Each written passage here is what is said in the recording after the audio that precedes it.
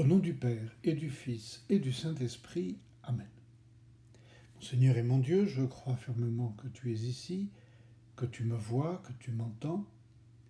Je t'adore avec profonde révérence. Je te demande le pardon de mes péchés et la grâce de faire avec profit ce moment de prière. Ma Mère Immaculée, Saint Joseph, mon Père et Seigneur, mon ange gardien, intercédez pour moi. À chaque fois que dans l'Évangile nous lisons le récit d'un miracle, on s'est peut-être habitué, mais malgré tout, cela reste impressionnant. Et si on essaye de se mettre à la place de ceux qui ont bénéficié d'un miracle, nous n'avons aucune peine à imaginer qu'ils s'en sont souvenus toute leur vie. C'est sans aucun doute le cas de cet aveugle qui rencontre Jésus et qui va être guéri de sa cécité.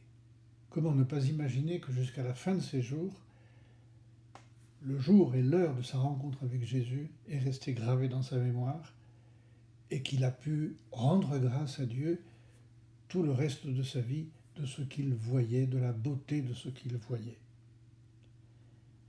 Nous avons peu de chance d'assister à un miracle.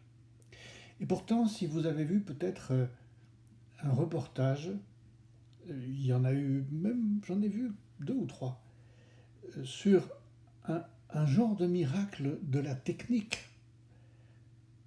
en l'occurrence des lunettes tout à fait spéciales qui permettent à celui qui en est victime, qui a cette maladie, ce dysfonctionnement de sa vue, d'être guéri de la dyschromatopsie dont il souffre. La dyschromatopsie. Si vous faites un peu d'étymologie, vous allez rapidement comprendre que c'est un dysfonctionnement, dyschromatopsie, chroma de la couleur, et topsie, la maladie, qui consiste à ne pas voir les couleurs. Et alors, il y a des ingénieurs qui ont mis au point des lunettes. Quand on les met sur les yeux de celui qui souffre de dyschromatopsie, tout d'un coup, il voit les couleurs.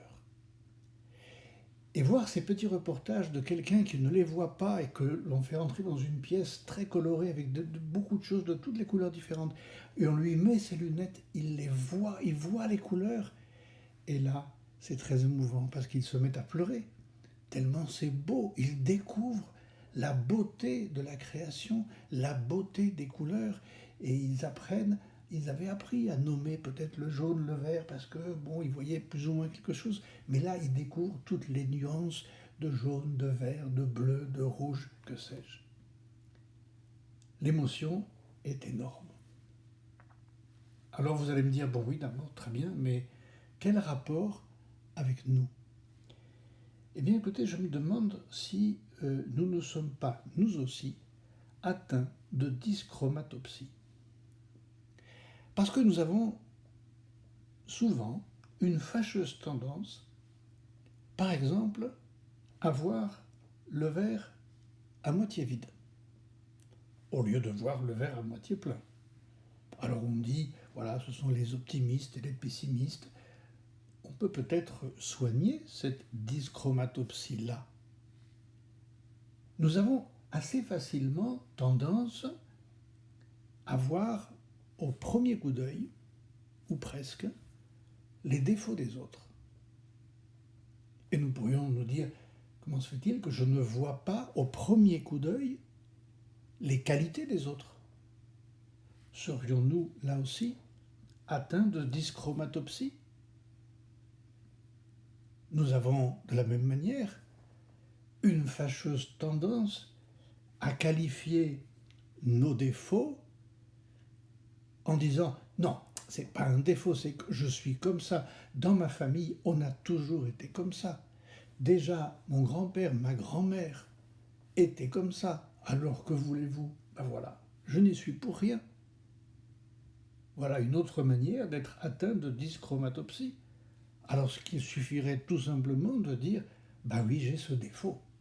Et je vais essayer de lutter contre ce défaut-là. » Nous avons aussi une fâcheuse tendance, peut-être, lorsque, on on nous propose quelque chose à faire, un point de lutte, quelque chose à corriger, quelque chose à mettre en place pour améliorer une situation, on a une fâcheuse tendance à dire « je n'y arriverai pas ».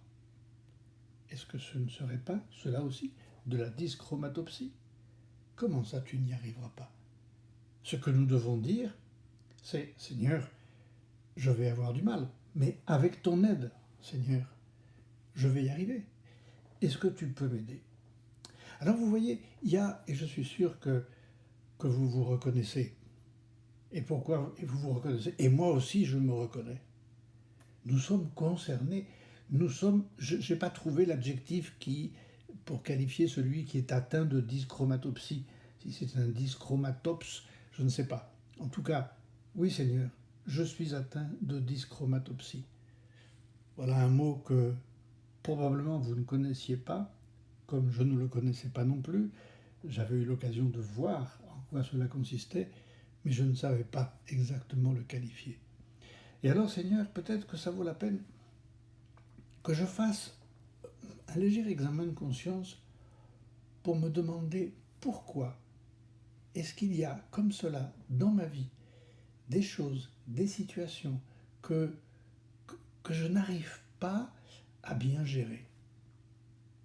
Pourquoi, Seigneur, cette rapidité à mettre une étiquette sur une personne, sur une situation, et à ne pas en sortir?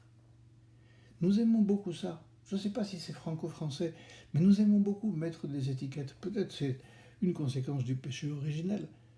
Mais voilà, nous sommes terriblement sensibles à cela. Alors que faire? Eh bien, c'est là où l'Évangile doit nous inspirer. Parce que l'Évangile, ce n'est pas un pieux récit de quelque chose qui est arrivé il y a longtemps. L'Évangile, c'est parole de vie. Ce qui est dans l'Évangile, c'est ce que Dieu veut me dire, pas nous dire. Ce que Dieu veut me dire. Seigneur, c'est peut-être moi, cet aveugle, qui est là sur le bord du chemin et qui ne bouge pas parce qu'il est aveugle, il ne peut pas bouger. Alors il est figé dans son comportement, comme nous, parfois, nous sommes figés. Et nous nous disons, bah oui, je suis comme ça, qu'est-ce que tu veux que je fasse? Je suis comme ça. Mais non, change. Est-ce qu'il faut se le dire déjà à soi-même? Est-ce que je peux changer? Évidemment que je peux changer. Alors Seigneur, je vais changer. Avec ton aide, je vais changer, parce que tout seul, je ne vais pas pouvoir.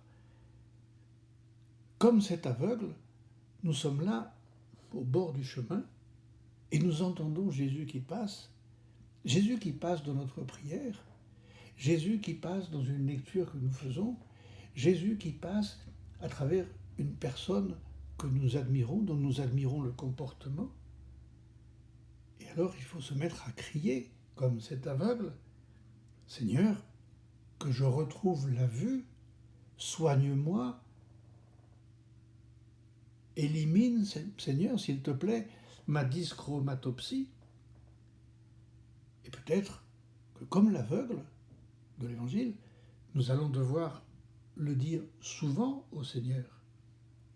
Jésus, fils de David, aie pitié de moi. Et le Seigneur va nous écouter.